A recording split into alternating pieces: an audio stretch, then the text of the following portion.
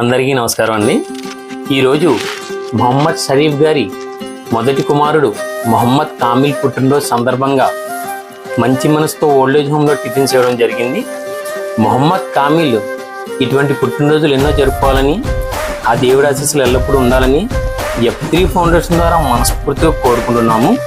ఈ అవకాశం మాకు ఇచ్చిన షరీఫ్ గారికి, చిన్నాన్న మొహమ్మద్ బషీర్ గారికి మా హృదయపూర్వక ధన్యవాదాలు తెలియజేస్తున్నాము. అన్నదాత సుఖీ భవ.